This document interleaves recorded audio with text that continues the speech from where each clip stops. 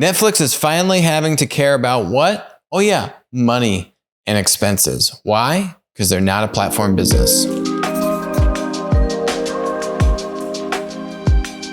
Netflix is telling their employees to be more careful about spending and be a little bit more conservative with hiring and how many people you're hiring.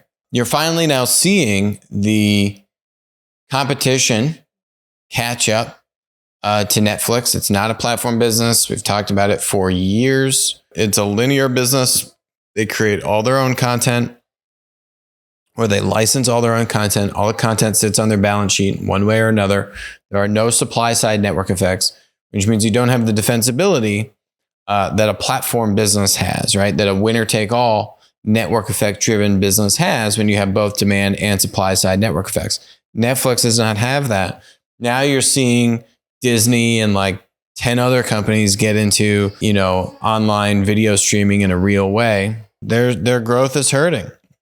Look at the stock price. And it makes sense. It's a very valuable business, $155 billion market cap business, but it's not as defensible as everyone liked to say it was a few years ago. And where did you hear it first? On this show, we were calling it for years that Netflix is overvalued, plain and simple. Facebook isn't sending out memos. Google isn't sending out memos. Hey guys, you actually need to care about costs. No, those are platform conglomerate monopolies. They still are just untouchable, even after all this stuff with Twitter, right? Twitter and Google and Facebook, completely different leagues.